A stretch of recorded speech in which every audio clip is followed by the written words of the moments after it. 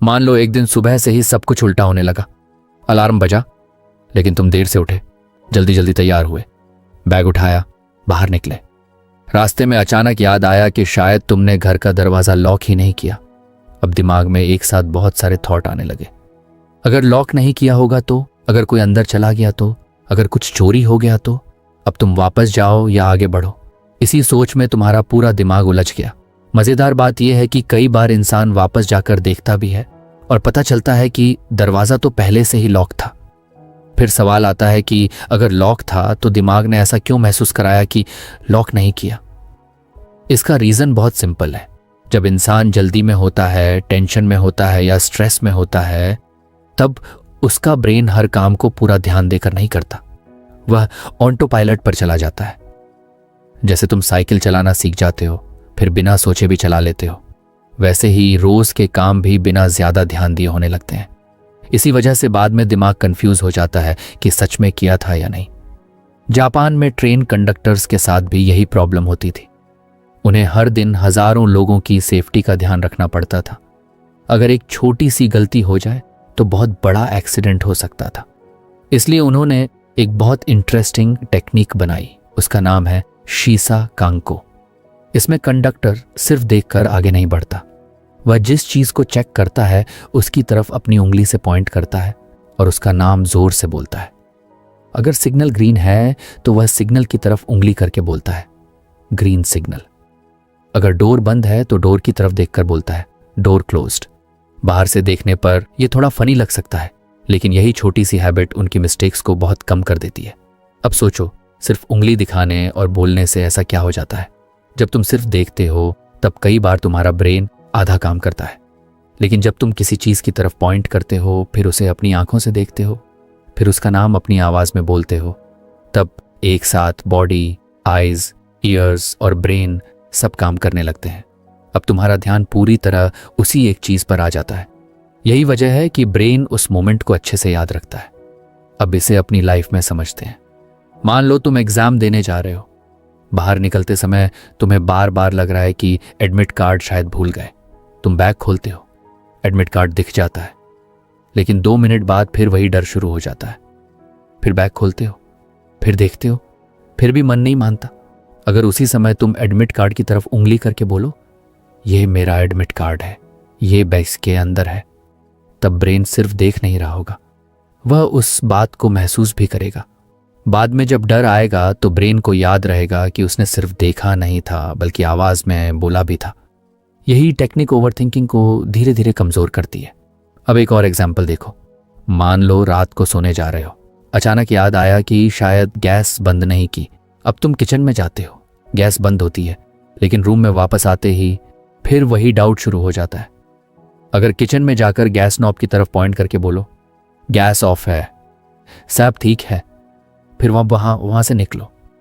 अब ब्रेन के पास एक क्लियर मेमोरी होगी, सिर्फ एक धुंधली इमेज नहीं बल्कि पूरा एक्शन होगा। हमारा ब्रेन पिक्चर्स से ज्यादा एक्शंस को याद रखता है। एक छोटी सी बात समझो, जब तुम मोबाइल यूज करते हो तब कितनी बार ऐसा हुआ होगा कि ऐप खोलकर भूल गए कि खोल क्यों रहे थे, फिर थोड़ी देर सोचते रहे। ऐसा इसलिए होता है क्योंकि ब्रेन एक काम से दूसरे काम पर जंप कर गया। इसी को अटेंशन ब्रेक कहते हैं। शीशा कान को अटेंशन को वापस पकड़ लेता है। जैसे कोई दोस्त तुम्हारा हाथ पकड़कर बोले, इधर देख, यही काम करना है। ओवरथिंकिंग का सबसे बड़ा प्रॉब्लम यह नहीं है कि तुम्हारे पास बहुत सारे थॉट आते हैं। असली प्रॉब्लम यह है कि हर थॉट तुम्हें अलग दिशा में खींचने लगता है।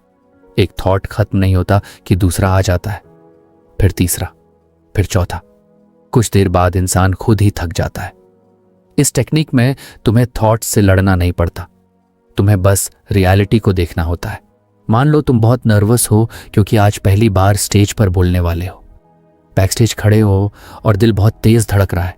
उस समय अगर तुम अपने शूज की तरफ पॉइंट करके बोलो, ये मेरे शूज हैं, फिर माइक की तरफ देखकर बोलो, ये माइक है, फिर स्टेज की तरफ देखकर बोलो, मैं यहीं खड़ा हूं, तो धीरे धीरे ब्रेन इमेजिनरी फियर छोड़कर सामने की रियल चीजों पर आने लगता है।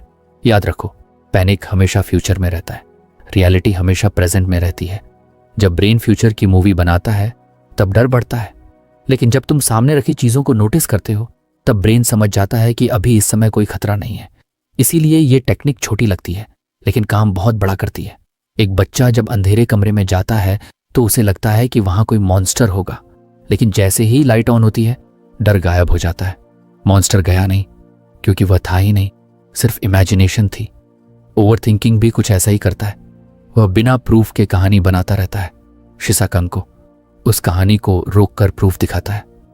ब्रेन कहता है शायद बॉटल नहीं लाई। तुम बॉटल की तरफ पॉइंट करके बोलते हो ये मेरी बॉटल है। ब्रेन कहता है शायद वॉलेट खो गया।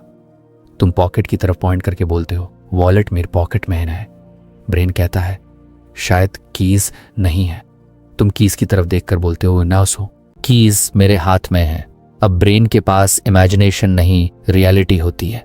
एक और इंटरेस्टिंग बात समझो, हमारे बॉडी और ब्रेन अलग अलग नहीं चलते, दोनों हमेशा एक टीम की तरह काम करते हैं। अगर बॉडी घबराहट वाला एक्शन करेगी तो ब्रेन भी पैनिक महसूस करेगा।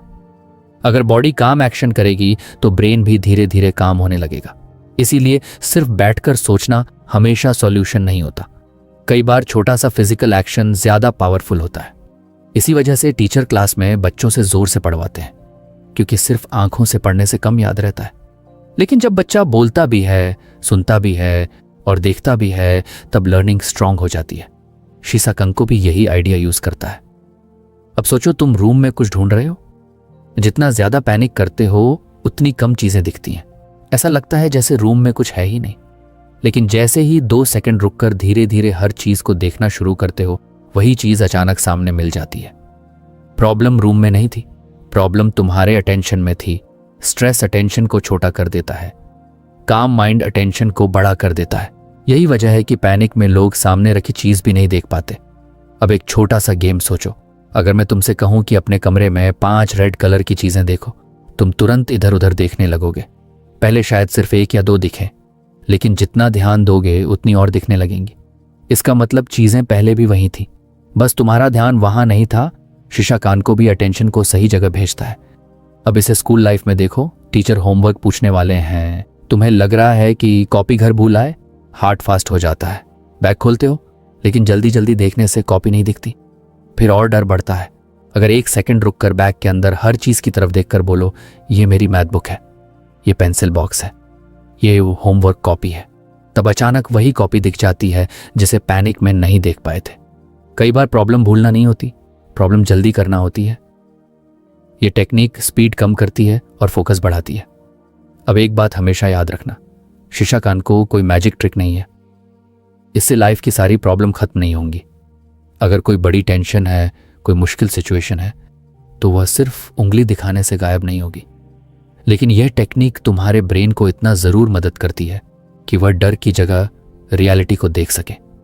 जब रियलिटी साफ दिखने लगती है तब सही डिसीजन लेना आसान हो जाता है। धीरे धीरे अगर तुम इसे रोज छोटी छोटी सिचुएशंस में यूज करोगे तो ब्रेन खुद सीखने लगेगा कि हर बार पैनिक करने की जरूरत नहीं है। सबसे अच्छी बात यह है कि इसमें कोई मशीन नहीं चाहिए, कोई ऐप नहीं चाहिए, कोई स्पेशल ट्रेनिंग नहीं चाहिए। सिर्फ अपनी आंखें, अपनी उंगली और अपनी आवाज चाहिए। कई बार सबसे बड़े सॉल्यूशन बहुत सिंपल होते हैं, इसलिए लोग उन्हें सीरियस नहीं लेते।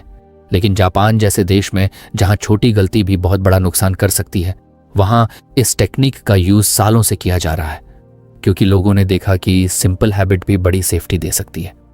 अगली बार जब तुम्हारा माइंड बिना वजह स्टोरीज बनाना शुरू करे, जब ओवर थिंकिंग तुम्हें इधर उधर घुमाने लगे, जब एंग्जाइटी कहे कि कुछ गलत हो गया है, तब 1 सेकंड रुकना, सामने देखना, जिस चीज की चिंता है उसकी तरफ उंगली करना, फिर उसका नाम साफ आवाज में बोलना।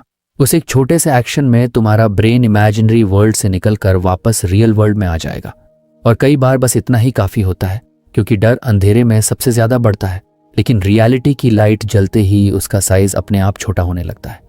मान लो तुमने पूरे हफ्ते से संडे का इंतजार किया था, प्लान बना लिया था कि सुबह जल्दी उठोगे, अपने कजिन्स के साथ बाहर जाओगे, आइसक्रीम खाओगे, गेम्स खेलोगे और पूरा दिन एंजॉय करोगे। लेकिन संडे की सुबह जैसे ही आंख खुली, बाहर तेज बारिश शुरू हो गई। इतनी बारिश की घर से बाहर निकलना भी मुश्किल हो गया। अब तुम्हारा पूरा मूड खराब हो गया। तुम बार बार खिड़की से बाहर देख रहे हो, मन में बस एक ही बात चल रही है, आज ही बारिश क्यों आई? कल आती तो क्या हो जाता? अगले संडे आती तो क्या बिगड़ जाता? अब 1 मिनट सोचो, क्या तुम्हारे गुस्सा करने से बारिश रुक जाएगी? क्या बार बार कंप्लेन करने से बादल हट जाएंगे? क्या उदास बैठने से मौसम बदल जाएगा? आंसर है नहीं। फिर भी हमारा माइंड सबसे ज्यादा एनर्जी उसी चीज पर खर्च करता है जिसे वो बदल ही नहीं सकता। यहीं पर जापानीज लोग एक बहुत सिंपल माइंडसेट यूज करते हैं। उसका नाम है शोगानाई। इसका मतलब है इट कैनॉट बी हेल्प्ड, यानी जो चीज बदल ही नहीं सकती उसके पीछे अपना टाइम, मूड और एनर्जी खत्म करने का कोई मतलब नहीं। इसका मतलब यह बिल्कुल नहीं कि इंसान हार मान ले। इसका मतलब सिर्फ इतना है कि जहां तुम्हारा कंट्रोल खत्म होता है वहां बेकार की लड़ाई भी खत्म हो जानी चाहिए। एक छोटी सी बात समझो, अगर तुम्हारे हाथ में एक पतंग है और हवा दूसरी तरफ चल रही है तो क्या तुम हवा से लड़ सकते हो? नहीं। लेकिन तुम अपनी पतंग कैसे उड़ानी है यह डिसाइड कर सकते हो। यही फर्क है। हवा तुम्हारे कंट्रोल में नहीं, पतंग संभालना तुम्हारे कंट्रोल में है। लाइफ भी बिल्कुल ऐसी ही है। हम हर दिन दो तरह की चीजों से मिलते हैं। पहली, जिन्हें ऐसा हम बदल सकते हैं। दूसरी, जिन्हें हम चाहे जितना सोच लें फिर भी नहीं बदल सकते। प्रॉब्लम तब शुरू होती है जब हम दूसरी वाली लिस्ट पर पूरा दिन खर्च कर देते हैं। मान लो स्कूल में रिजल्ट आने वाला है।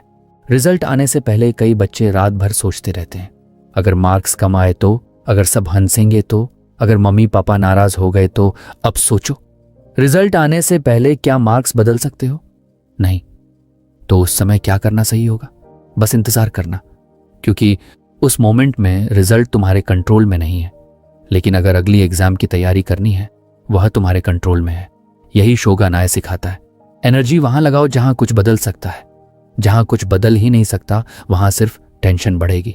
एक और एग्जाम्पल देखते हैं। मान लो क्रिकेट खेल रहे हो, तुमने जोर से शॉट मारा, बॉल हवा में चली गई। अब बॉल बैट से निकल चुकी है। उसके बाद तुम चिल्लाओ प्लीज 6 हो जाना या बोलो कैच मत होना। क्या इससे बॉल का रास्ता बदल जाएगा? नहीं, क्योंकि अब वह तुम्हारे कंट्रोल से बाहर है। अब सिर्फ रिजल्ट आएगा, लेकिन अगली बॉल कैसे खेलनी है वह अभी भी तुम्हारे हाथ में है। लाइफ की बहुत सारी प्रॉब्लम्स भी ऐसी ही होती हैं। एक बार जो हो गया वो हो गया, लेकिन अगला कदम क्या होगा वह अभी भी तुम्हारा चॉइस है। हमारा माइंड एक फनी मशीन है कि उसे हम हमेशा लगता है कि अगर वह किसी प्रॉब्लम के बारे में बार बार सोचेगा तो शायद प्रॉब्लम अपने आप सॉल्व हो जाएगी। लेकिन ऐसा नहीं होता। कई बार ज्यादा सोचना प्रॉब्लम को सॉल्व नहीं करता, बस उसे और बड़ा बना देता है। मान लो तुम्हारा फेवरेट ग्लास गलती से गिरकर टूट गया। अब 2 रास्ते हैं। पहला, पूरा दिन बैठे रहो, बार बार वही सोचो, काश मैंने वहां नहीं रखा होता, काश मैंने पकड़ लिया होता, काश ऐसा नहीं होता। दूसरा रास्ता, झाड़ू उठाओ, ग्लास साफ करो, नई जगह ध्यान दो। अब बताओ कौन सा रास्ता लाइफ आसान करेगा? दूसरा, क्योंकि पहला रास्ता सिर्फ दुख को लंबा करता है। शोगानाई दुख को इग्नोर नहीं करता, वह सिर्फ कहता है जो हो गया उसके बाद अब क्या करना है। यही सबसे जरूरी सवाल है। अब सोचो तुम साइकिल चला रहे हो, अचानक रास्ते में कीचड़ आ गया। अब तुम खड़े होकर कीचड़ को गाली दो या बोलो यहां साफ रोड क्यों नहीं है? क्या रोड बदल जाएगी? नहीं, लेकिन तुम धीरे चल सकते हो, दूसरा रास्ता पकड़ सकते हो या उतर कर साइकिल निकाल सकते हो। यानी प्रॉब्लम वही है, लेकिन तुम्हारा एक्शन बदल सकता है। यही स्मार्ट थिंकिंग है। अब एक छोटी सी स्टोरी सुनो। 2 दोस्त नदी पार कर रहे थे। अचानक पानी बढ़ गया।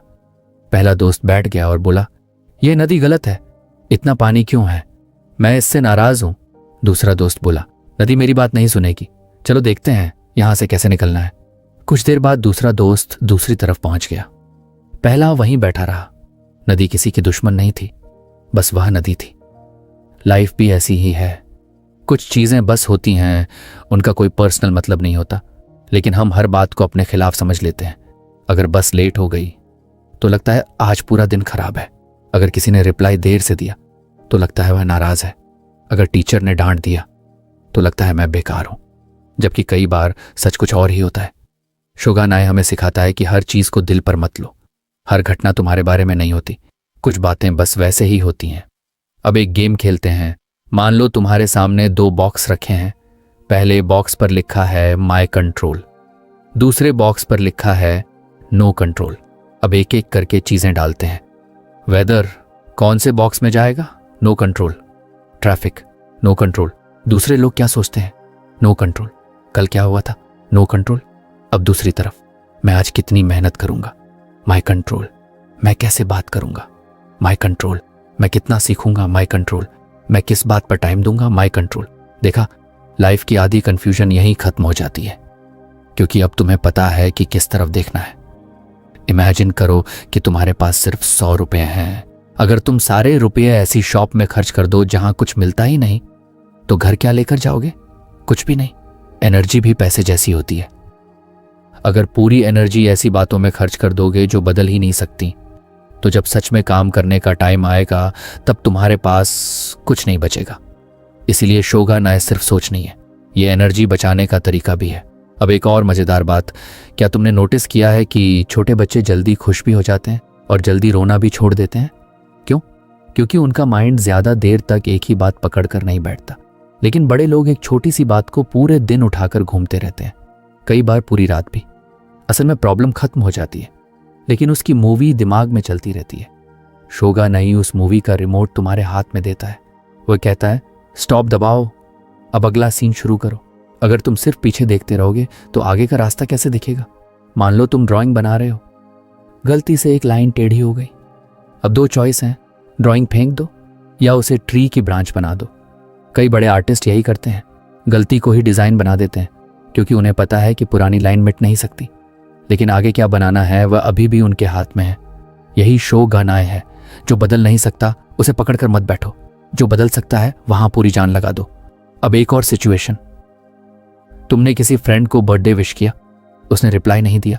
अब पूरा दिन सोचते रहो, शायद वह नाराज है, शायद उसे मैं पसंद नहीं, शायद उसने जानबूझकर इग्नोर किया।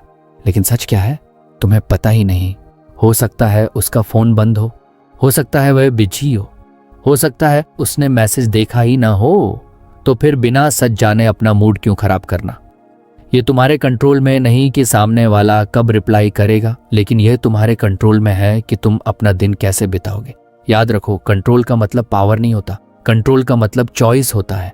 तुम हमेशा वेदर नहीं चुन सकते, लेकिन अपना अम्ब्रेला जरूर चुन सकते हो। तुम हमेशा गेम नहीं जीत सकते, लेकिन प्रैक्टिस करना चुन सकते हो। तुम हमेशा सबको खुश नहीं कर सकते, लेकिन खुद अच्छा इंसान बनना चुन सकते हो। धीरे धीरे जब तुम हर प्रॉब्लम से पहले एक क्वेश्चन पूछोगे, तब बहुत कुछ बदल जाएगा। बस खुद से पूछना, क्या ये मेरे कंट्रोल में है? अगर आंसर हाँ है तो एक्शन लो, अगर आंसर नहीं है तो उसे छोड़ दो। पहले दिन ये आसान नहीं लगेगा, माइंड बार बार उसी बात की तरफ भागेगा, लेकिन हर बार उसे प्यार से वापस लाना। जैसे छोटा बच्चा खेलते खेलते दूर चला जाए और तुम उसका हाथ पकड़कर वापस ले आओ। धीरे धीरे माइंड भी सीख जाएगा। फिर एक दिन ऐसा आएगा कि छोटी छोटी बातें तुम्हारा मूड खराब नहीं करेंगी, क्योंकि तुम्हें समझ आ जाएगा कि हर लड़ाई लड़ना जरूरी नहीं होता। कुछ लड़ाइयां ऐसी होती हैं जिनमें जीतने का तरीका लड़ना नहीं, बल्कि आगे बढ़ जाना होता है। यही शोगानाई की सबसे बड़ी ताकत है। ये तुम्हें कमजोर नहीं बनाता, ये तुम्हें समझदार बनाता है। ये नहीं कहता कि सपने छोड़ दो, ये सिर्फ इतना कहता है कि अपनी ताकत वहां लगाओ जहां उससे सच में फर्क पड़ सकता है। क्योंकि जो इंसान हर हवा से लड़ता रहता है वह जल्दी थक जाता है, लेकिन जो हवा की दिशा समझकर अपनी नाव चलाना सीख जाता है वही आखिर में सबसे दूर तक पहुंचता है। सोचो, एक छोटा सा गार्डन है। उस गार्डन में 4 अलग अलग ट्रीज लगे हैं, एक प्लम, एक चेरी, एक पीच और एक एप्रिकॉट। सुबह सूरज निकलता है, बारिश भी सब पर बराबर गिरती है, हवा भी सबको एक जैसी मिलती है, लेकिन फिर भी चारों ट्रीज पर फूल एक साथ नहीं आते। कोई सबसे पहले खिल जाता है, कोई थोड़ा बाद में, कोई बहुत देर से। फिर भी किसी ट्री को जल्दी नहीं होती। कोई दूसरे ट्री को देखकर ये नहीं कहता उसके फूल पहले क्यों आए, मेरे अभी तक क्यों नहीं आए। क्यों? क्योंकि हर ट्री को पता है कि उसका अपना टाइम है। बस यही छोटी सी बात इंसान भूल जाता है। आज अगर किसी बच्चे के अच्छे मार्क्स आते हैं तो दूसरा बच्चा सोचने लगता है कि मैं उससे कम हूं। अगर किसी दोस्त के पास नया मोबाइल आ जाए तो लगता है कि मेरी लाइफ खराब है। अगर किसी की जॉब लग जाए तो लगता है मैं पीछे रह गया। अगर कोई सोशल मीडिया पर घूमने की फोटो डाल दे तो लगता है कि सिर्फ मेरी लाइफ बोरिंग है। धीरे धीरे कंपैरिजन एक ऐसी आदत बन जाती है कि इंसान अपनी खुशी देखना ही भूल जाता है। जापानीज लोग इसे समझाने के लिए एक बहुत प्यारा वर्ड यूज करते हैं, ओबाइटोरी। इसका मतलब है कि हर इंसान का खिलने का टाइम अलग होता है। कोई जल्दी ग्रो करता है, कोई धीरे ग्रो करता है, लेकिन दोनों गलत नहीं होते। अब एक सिंपल एग्जाम्पल समझो। स्कूल में एक क्लास होती है। एक बच्चा मैथ में बहुत फास्ट होता है, दूसरा ड्राइंग में, तीसरा सिंगिंग में, चौथा स्पोर्ट्स में। अगर टीचर सिर्फ मैथ देखकर बोले कि बाकी सब बच्चे बेकार हैं, तो क्या यह सही होगा? नहीं, क्योंकि हर बच्चे की स्ट्रेंथ अलग है, लाइफ भी बिल्कुल ऐसी ही है। लेकिन सोशल मीडिया हमें यह बात भूलने पर मजबूर कर देता है। वही हमें सिर्फ रिजल्ट दिखाता है, जर्नी नहीं। तुमने कभी नोटिस किया है, कोई फोटो डालता है, नई बाइक, नई car, foreign trip, big house, happy family, लेकिन कोई ये नहीं दिखाता कि वहां तक पहुंचने में कितनी बार फेलियर मिला, कितनी रातें बिना सोए निकली, कितनी बार डर लगा, कितनी बार रोना आया। हम सिर्फ फाइनल फोटो देखते हैं, स्टोरी नहीं। फिर उसी फोटो से अपनी पूरी लाइफ कंपेयर करने लगते हैं। ये बिल्कुल ऐसा है जैसे किसी मूवी का सिर्फ लास्ट सीन देखकर बोल दो कि ये हीरो कितना लकी है, बीच की पूरी मूवी देखी ही नहीं। अब सोचो, 2 बच्चे मैंगो का बीज लगाते हैं। पहला बच्चा रोज पानी देता है, दूसरा भी देता है। 1 महीने बाद पहले वाले का पौधा थोड़ा बड़ा दिखने लगता है, दूसरे वाले का छोटा है। अगर दूसरा बच्चा गुस्से में अपना पौधा उखाड़ दे तो गलती किसकी होगी? बीज की? नहीं, उसकी जल्दी की। हर बीज की स्पीड अलग होती है। इसी तरह हर इंसान की ग्रोथ भी अलग होती है। कोई 20 साल की उम्र में सक्सेस देख लेता है, कोई 30 में, कोई 40 में, कोई उससे भी बाद में। लेकिन सक्सेस देर से मिलने का मतलब यह नहीं कि वो आएगी ही नहीं। अब एक फनी बात सोचो, अगर एक फिश खुद को मंकी से कंपेयर करे तो उसे लगेगा कि मैं तो पेड़ पर चढ़ ही नहीं सकती। अगर मंकी खुद को फिश से कंपेयर करे तो उसे लगेगा कि मैं पानी में नहीं रह सकता। दोनों अपने अपने काम में बेस्ट हैं, लेकिन कंपैरिजन उन्हें कमजोर महसूस करा देगा। यही हमारे साथ भी होता है। कोई कोडिंग में अच्छा है, कोई बिजनेस में, कोई टीचिंग में, कोई फार्मिंग में, कोई एक्टिंग में, कोई राइटिंग में। अगर सब एक ही चीज करने लगे हैं तो दुनिया कितनी बोरिंग हो जाएगी। इमेजिन करो, अगर हर इंसान डॉक्टर ही बन जाए तो टीचर कौन बनेगा, फार्मर कौन होगा, इंजीनियर कौन होगा, ड्राइवर कौन होगा, सिंगर कौन होगा। हर रोल जरूरी है, इसलिए हर इंसान भी जरूरी है। अब एक छोटी स्टोरी सुनो।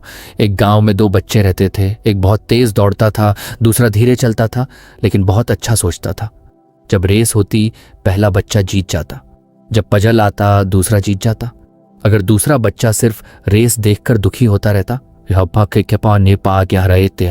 तो उसे कभी पता ही नहीं चलता कि उसके अंदर कितना बड़ा टैलेंट है। कंपैरिजन हमारी नज़र सिर्फ वहां ले जाता है जहां हम कमजोर हैं, लेकिन ओबाइटोरी हमें वहां देखने को कहता है जहां हमारी ताकत छिपी है। अब सोशल मीडिया की बात करते हैं। जब तुम स्क्रॉल करते हो तो तुम्हें लगता है कि सबकी लाइफ परफेक्ट है। कोई हंस रहा है, कोई पार्टी कर रहा है, कोई शॉपिंग कर रहा है, कोई सक्सेस सेलिब्रेट कर रहा है। फिर तुम्हारा माइंड धीरे से कहता है, देख सब आगे निकल गए, सिर्फ तू पीछे है। लेकिन एक सवाल पूछो, क्या तुम उनकी पूरी लाइफ देख रहे हो? नहीं, तुम सिर्फ कुछ सेकंड्स की वीडियो देख रहे हो। पूरा दिन नहीं, पूरा साल नहीं, पूरी कहानी नहीं। तो फिर अपनी पूरी लाइफ की तुलना किसी की 20 सेकंड की क्लिप से क्यों? ये बिल्कुल ऐसा है जैसे किसी दुकान के शोरूम को देखकर सोच लेना कि स्टोर के पीछे कुछ भी बिखरा हुआ नहीं होगा, जबकि हर जगह पीछे मेहनत, दर्द, थकान और प्रॉब्लम्स होती हैं। अब सोचो, तुम वीडियो गेम खेल रहे हो। हर प्लेयर अलग लेवल पर है। कोई लेवल 2 पर, कोई लेवल 10 पर, कोई लेवल 50 पर। अगर लेवल 2 वाला प्लेयर लेवल 50 वाले को देखकर गेम छोड़ दे तो क्या वह कभी आगे बढ़ पाएगा? नहीं, उसे बस अपना अगला लेवल खेलना है, बस इतना। लाइफ भी लेवल की तरह है। तुम्हारा अगला स्टेप सबसे इंपॉर्टेंट है, किसी और का स्टेप नहीं। एक और एग्जाम्पल, मान लो तुम साइकिल चलाना सीख रहे हो। तुम गिर जाते हो, उसी समय तुम्हारा फ्रेंड बिना हाथ पकड़े साइकिल चला रहा है। अगर तुम उसे देखकर साइकिल छोड़ दो तो सीखोगे कैसे? लेकिन अगर तुम रोज थोड़ा प्रैक्टिस करो तो कुछ दिनों बाद तुम भी चला लोगे। डिफरेंस सिर्फ टाइम का था, टैलेंट का नहीं। अब एक बात ध्यान से समझो, कंपैरिजन कभी खत्म नहीं होता। आज तुम किसी के मोबाइल से कंपेयर करोगे, कल किसी की सैलरी से, फिर किसी के हाउस से, फिर किसी की कार से, फिर किसी की बॉडी से, फिर किसी के फॉलोअर्स से। ये लिस्ट कभी खत्म नहीं होगी। अगर खुशी कंपैरिजन पर रखी तो खुशी हमेशा भागती रहेगी, क्योंकि हमेशा कोई ना कोई तुमसे आगे मिलेगा। लेकिन अगर खुशी प्रोग्रेस पर रखी तो हर दिन जीत मिलेगी। बस एक सवाल पूछना, क्या मैं कल से थोड़ा बेहतर हूं? अगर आंसर हाँ है तो तुम सही रास्ते पर हो। बस इतना काफी है। अब एक छोटा गेम खेलते हैं। इमेजिन करो कि तुम्हारे पास एक नोटबुक है, उसमें सिर्फ 2 पेज हैं। पहले पेज पर लिखा है यस्टरडे मी, दूसरे पेज पर लिखा है टुडे मी। बस यही 2 पेज देखने हैं, किसी और की नोटबुक खोलनी ही नहीं। अगर आज तुमने कल से 5 मिनट ज्यादा पढ़ लिया, जीत। अगर आज एक नई चीज सीख ली, जीत। अगर आज गुस्सा थोड़ा कम किया, जीत। अगर आज किसी की हेल्प कर दी, जीत। छोटी जीतें मिलकर बड़ी जीत बनती हैं, लेकिन कंपैरिजन हमें अपनी छोटी जीत भी देखने नहीं देता। अब एक बच्चा प्लांट लगा रहा है, वह रोज उसे खोद कर नहीं देखता कि जड़ कितनी बड़ी हुई। वह बस पानी देता है, धूप मिलने देता है, वेट करता है। उसे भरोसा होता है कि अंदर कुछ ग्रो हो रहा है। वैसे ही मेहनत भी होती है। हर रिजल्ट तुरंत बाहर नहीं दिखता। बहुत सारी ग्रोथ अंदर होती है। स्किल्स बढ़ती हैं, कॉन्फिडेंस बढ़ता है, एक्सपीरियंस बढ़ता है, पेशेंस बढ़ता है। फिर एक दिन बाहर भी फ्लावर दिखने लगते हैं। यही ब्लूमिंग टाइम है, हर इंसान का अलग। अब सोचो, अगर सन रोज सुबह उठकर मून से बोले कि तू रात में क्यों चमकता है, या मून बोले कि मैं दिन में क्यों नहीं दिखता, तो कितना फनी लगेगा। दोनों का अपना टाइम है, अपना काम है, अपनी ब्यूटी है। दोनों एक दूसरे बनने की कोशिश नहीं करते, इसीलिए दोनों खास हैं। तुम्हें भी किसी और जैसा बनने की जरूरत नहीं। तुम्हें बस अपने अंदर जो अच्छा है उसे थोड़ा थोड़ा बढ़ाना है, धीरे धीरे, बिना जल्दी, बिना डर, बिना कंपैरिजन। याद रखो, जब तुम बार बार दूसरों की तरफ देखते हो तब अपने रास्ते के गड्ढे नहीं दिखते, लेकिन जब नजर अपने रास्ते पर रहती है तब कदम मजबूत होते जाते हैं। ओबेटोरी हमें यही सिखाता है कि दुनिया में हर फूल एक ही दिन नहीं खिलता। कोई पहले खिलता है, कोई बाद में, लेकिन जब उसका सही मौसम आता है तो वह भी उतना ही सुंदर दिखता है। इसलिए अगर आज तुम्हें लगता है कि बाकी लोग तुमसे आगे हैं तो घबराने की जरूरत नहीं। हो सकता है उनका मौसम अभी चल रहा हो और तुम्हारा मौसम अभी आना बाकी हो। इसलिए दूसरों के फूल गिनने में अपना समय मत खो। अपने पेड़ को पानी देते रहो, क्योंकि जिस दिन तुम्हारा ब्लूमिंग टाइम आएगा उस दिन तुम्हें किसी से कंपेयर करने की जरूरत ही नहीं पड़ेगी। सुबह आंख खुलते ही बहुत लोगों का दिन ऐसे शुरू होता है जैसे कोई रेस चल रही हो। अलार्म बंद किया, तुरंत फोन उठा लिया, फोन रखा, जल्दी से बाथरूम, वहां से निकले तो ब्रेकफास्ट, फिर स्कूल, कॉलेज, ऑफिस या काम। एक काम खत्म हुआ नहीं कि दूसरा सामने खड़ा मिल जाता है। शाम तक ऐसा लगता है जैसे पूरा दिन भागते ही रहे।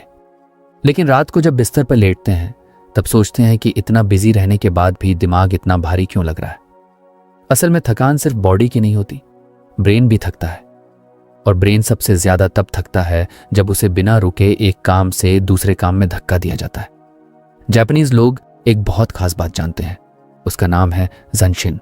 इसका मतलब है कि कोई काम खत्म होने के बाद भी माइंड को एक छोटा सा टाइम दो, तुरंत अगले काम पर मत कूदो। यह सुनने में बहुत छोटी बात लगती है, लेकिन इसका असर बहुत बड़ा होता है। इसे समझने के लिए एक छोटा एग्जाम्पल लेते हैं। मान लो तुम ड्राइंग बना रहे हो, तुमने आखिरी कलर भी भर दिया। अब अगर उसी सेकंड कोई तुम्हें बोले कि चलो जल्दी मैथ्स का होमवर्क करो, तो क्या तुम्हारा माइंड तुरंत बदल जाएगा? शायद नहीं। थोड़ी देर तक तुम्हारा दिमाग अभी भी ड्राइंग में ही रहेगा। यही बात हर काम के साथ होती है। बॉडी नया काम शुरू कर देती है, लेकिन माइंड अभी भी पुराने काम में अटका रहता है। इसी वजह से फोकस टूट जाता है। अब एक आर्चर को सोचो, वह अपने बॉव से एरो छोड़ता है, एरो निकल जाता है, लेकिन आर्चर तुरंत इधर उधर नहीं देखने लगता। वह कुछ सेकंड वहीं खड़ा रहता है। उसकी आंखें अभी भी सामने होती हैं, उसका माइंड पूरी तरह शांत रहता है। क्यों? क्योंकि उसके लिए सिर्फ एरो छोड़ना इंपॉर्टेंट नहीं है, उसके बाद का बैलेंस भी इंपॉर्टेंट है। यही ज़ांशिन है, काम खत्म होने के बाद भी माइंड को एक छोटा पॉज देना। अब इसे अपनी लाइफ में देखते हैं। मान लो तुमने 2 घंटे तक स्टडी की, बुक बंद की। अब क्या होता है? अक्सर लोग उसी मोमेंट फोन उठा लेते हैं, फिर इंस्टाग्राम, फिर यूट्यूब, फिर चैट, फिर रील्स। ब्रेन को एक भी सेकंड नहीं मिलता कि वह समझ सके कि अभी क्या खत्म हुआ। उसके ऊपर तुरंत नई इंफॉर्मेशन गिरने लगती है। सोचो, अगर एक ग्लास पहले से पूरा भरा हो और तुम उसमें लगातार पानी डालते रहो, क्या होगा? पानी बाहर गिरने लगेगा। ब्रेन भी ऐसा ही है, उसे भी थोड़ा खाली होने का टाइम चाहिए। अगर वह टाइम नहीं मिला तो धीरे धीरे सब कुछ मिक्स होने लगता है। फिर छोटी छोटी बातें भी याद नहीं रहती। अब एक फनी बात सोचो, क्या तुमने कभी कंप्यूटर यूज किया है? अगर एक साथ बहुत सारे ऐप्स खोल दो, गेम्स भी, वीडियोस भी, म्यूजिक भी, इंटरनेट भी, तो कंप्यूटर स्लो होने लगता है। क्यों? क्योंकि उसके अंदर बहुत कुछ एक साथ चल रहा होता है। अब सोचो, अगर बीच बीच में थोड़ा बंद करके उसे आराम दिया जाए तो वह फिर स्मूथ चलने लगता है। ब्रेन भी बिल्कुल ऐसा ही है।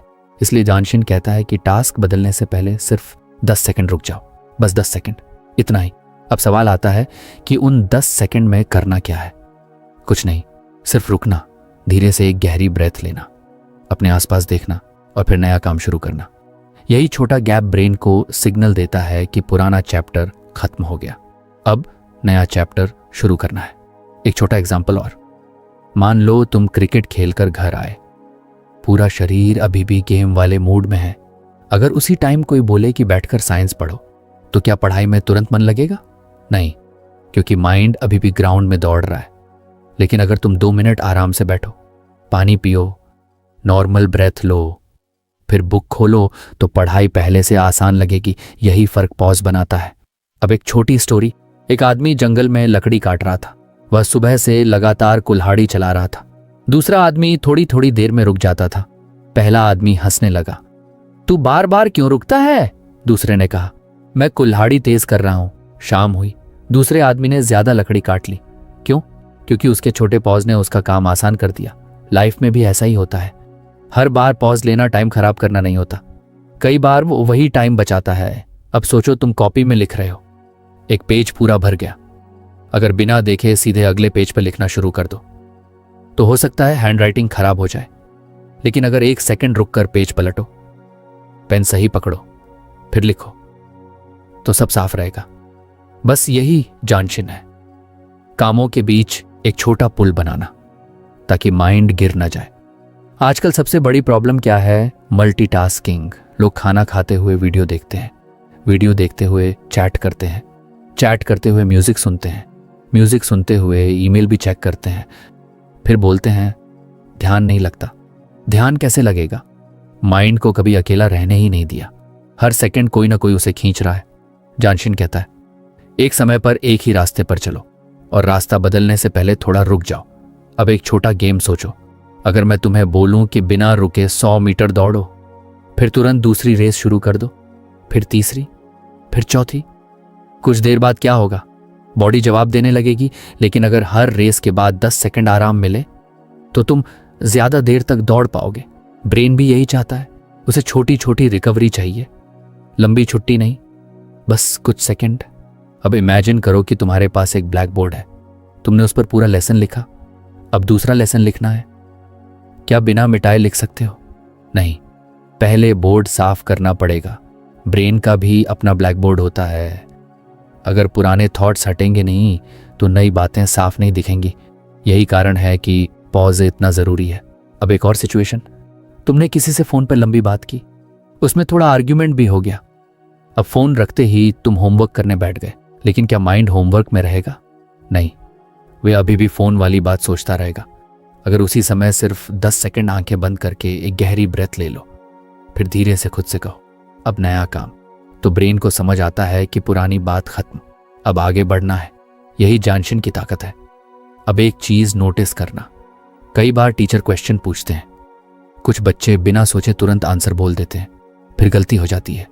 कुछ बच्चे 2 सेकंड रुकते हैं, सोचते हैं, फिर बोलते हैं। अक्सर उनका आंसर सही होता है। क्यों? क्योंकि छोटा पॉज उन्हें बेटर सोचने का मौका देता है। पॉजन स्लो होना नहीं है, पॉजन स्मार्ट होना है। अब सोचो तुम पेंटिंग कर रहे हो। अगर हर ब्रश स्ट्रोक के बाद एक छोटा सा देख लो कि अगला कलर कहां लगाना है, तो पेंटिंग ज्यादा सुंदर बनेगी। लेकिन अगर बिना देखे ब्रश चलाते रहो तो कलर्स मिक्स हो जाएंगे। लाइफ के डिसीजंस भी ऐसे ही होते हैं। जो लोग बिना रुके हर चीज करते रहते हैं, वे कई बार छोटी गलती कर देते हैं। जो लोग थोड़ा रुकते हैं, वे ज्यादा साफ सोचते हैं। अब एक छोटी सी आदत बनाओ, जब भी एक टास्क खत्म हो तुरंत दूसरा मत शुरू करो, बस 10 तक काउंट करो। एक गहरी ब्रेथ लो, शोल्डर्स रिलैक्स करो, फेस नॉर्मल रखो, फिर नया काम शुरू करो। पहले दिन शायद अजीब लगेगा, दूसरे दिन भी, लेकिन कुछ दिनों बाद तुम्हारा ब्रेन खुद उस पॉज का इंतजार करने लगेगा, क्योंकि उसे भी आराम पसंद है। बस हम उसे मौका नहीं देते। याद रखो, तेज चलना हमेशा अच्छा नहीं होता। अगर ट्रेन हर स्टेशन पर बिना रुके निकल जाए तो लोग उतरेंगे कैसे, चढ़ेंगे कैसे? वैसे ही अगर माइंड बिना रुके भागता रहेगा तो नई बातें अंदर जाएंगी कैसे, पुरानी बाहर आएंगी कैसे? इसलिए हर टास्क के बीच का छोटा गैप बेकार नहीं होता, वही गैप पूरे दिन को आसान बनाता है। जानशीन हमें यह नहीं सिखाता कि कम काम करो, यह सिखाता है कि कामों के बीच खुद को खोने मत दो। हर बार जब एक काम पूरा हो तो अपने माइंड को इतना सम्मान दो कि उसे कुछ सेकंड संभलने का मौका मिले, क्योंकि जो इंसान बिना रुके भागता रहता है वह जल्दी थक जाता है, लेकिन जो हर नए कदम से पहले एक छोटा पॉज लेना सीख जाता है, उसका माइंड पूरे दिन हल्का रहता है, उसका फोकस मजबूत रहता है और धीरे धीरे वही इंसान कम थक कर भी ज्यादा अच्छा काम करने लगता है। मान लो तुम अपने छोटे भाई के साथ ब्लॉक्स से एक बड़ा हाउस बना रहे हो। तुमने बहुत टाइम लगाया, धीरे धीरे हर ब्लॉक सही जगह रखा। आखिर में हाउस तैयार हो गया। तभी तुम्हारा भाई खेल खेल में दौड़ता हुआ आया और उसका पैर उस हाउस से लग गया। पूरा हाउस एक ही सेकंड में गिर गया। उस मोमेंट तुम्हारे अंदर गुस्सा बिजली की तरह आया। मन किया कि जोर से चिल्लाओ, उसे धक्का दो या कुछ बुरा बोल दो। अब सोचो, अगर उसी सेकंड तुम गुस्से में चिल्ला दोगे तो हाउस वापस बन जाएगा? नहीं। लेकिन हो सकता है तुम्हारा भाई रोने लगे, फिर घर का माहौल भी खराब हो जाए। यानी एक प्रॉब्लम थी, अब दो प्रॉब्लम बन गई। यहीं पर जापानीज लोग एक बहुत खास बात सिखाते हैं, उसका नाम है गमन। इसका मतलब ये नहीं कि हमेशा चुप रहो, इसका मतलब ये भी नहीं कि कोई तुम्हारे साथ गलत करे और तुम कुछ मत बोलो। इसका असली मतलब है कि मुश्किल टाइम में अपना कंट्रोल मत खो। पहले अपने इमोशन को संभालो, फिर अपना डिसीजन लो।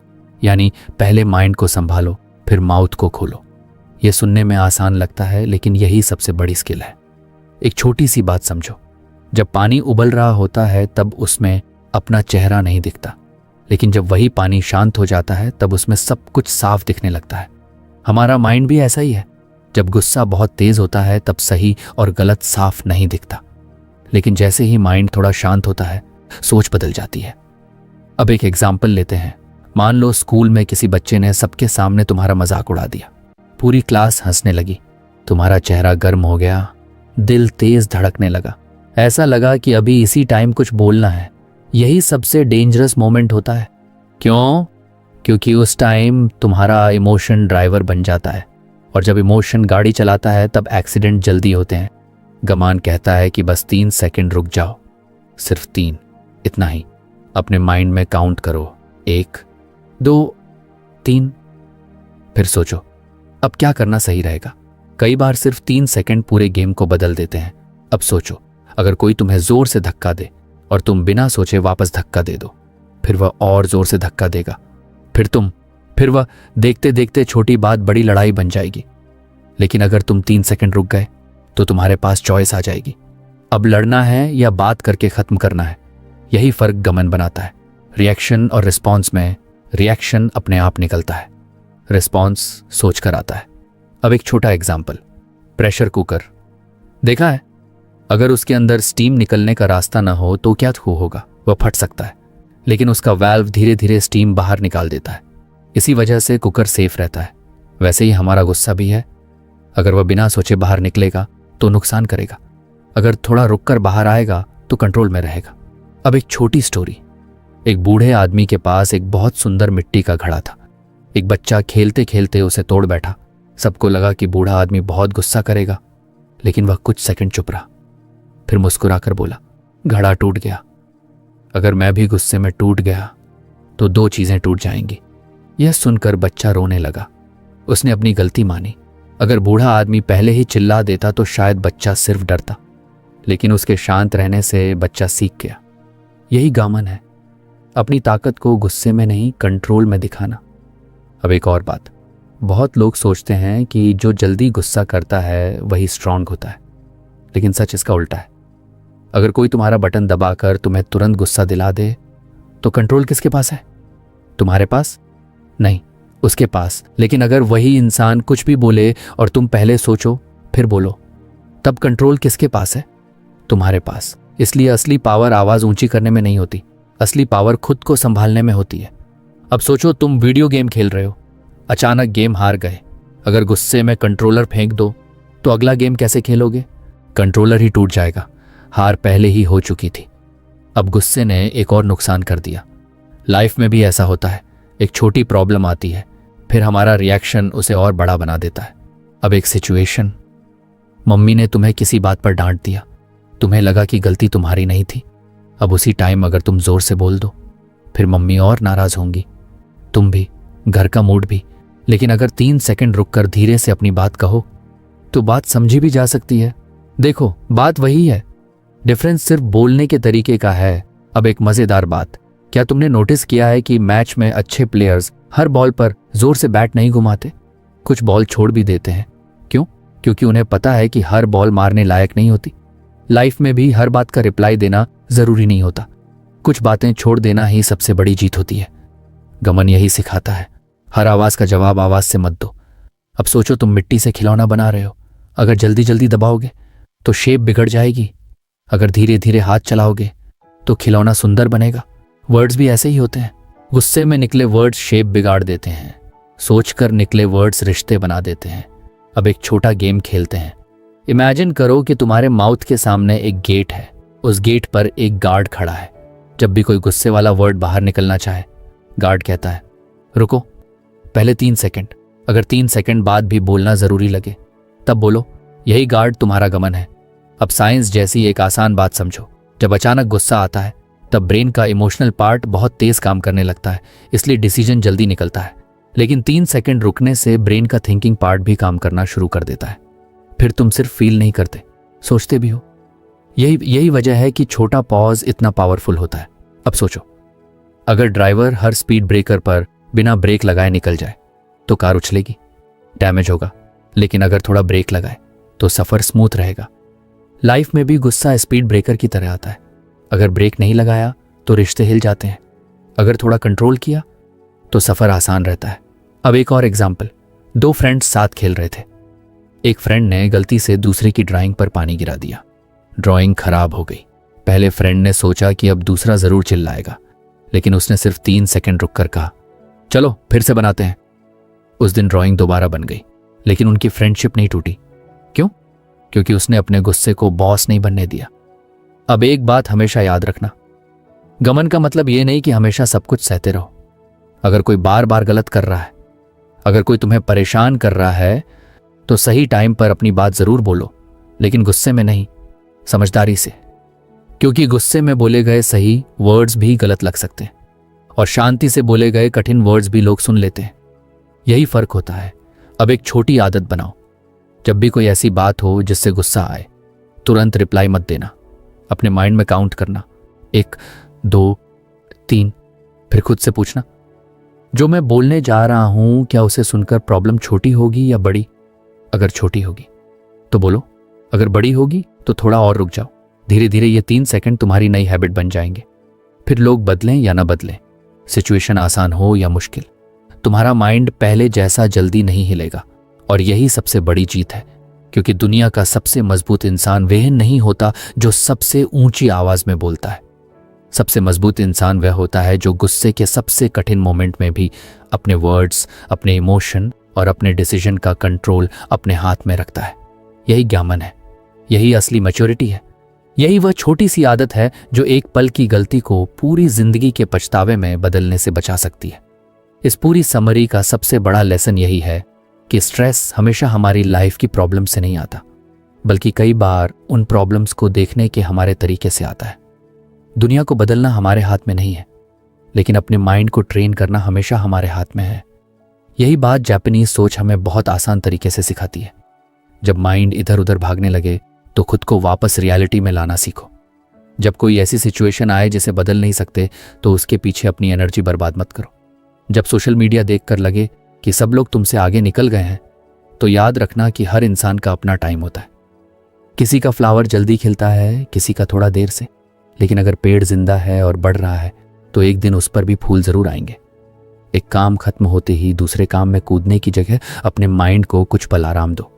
यही छोटे छोटे पॉज तुम्हारे फोकस को मजबूत बनाएंगे। और जब कभी गुस्सा आए, कोई बुरा बोल दे या सिचुएशन तुम्हारे हिसाब से न चले, तो तुरंत रिएक्शन देने की बजाय कुछ सेकंड रुकना सीखो। कई बार वही कुछ सेकंड तुम्हें ऐसी गलती से बचा लेते हैं जिसका पछतावा सालों तक रहता है। याद रखो, स्ट्रॉन्ग इंसान वह नहीं होता जिसकी लाइफ में प्रॉब्लम्स नहीं होती। स्ट्रॉन्ग इंसान वह होता है जो प्रॉब्लम्स के बीच भी अपना बैलेंस नहीं खोता। यही असली मेंटल स्ट्रेंथ है। इसलिए आज से अपनी लाइफ में कोई बहुत बड़ा चेंज करने की ज़रूरत नहीं है। बस इन छोटी छोटी हैबिट्स को एक एक करके अपनाना शुरू करो।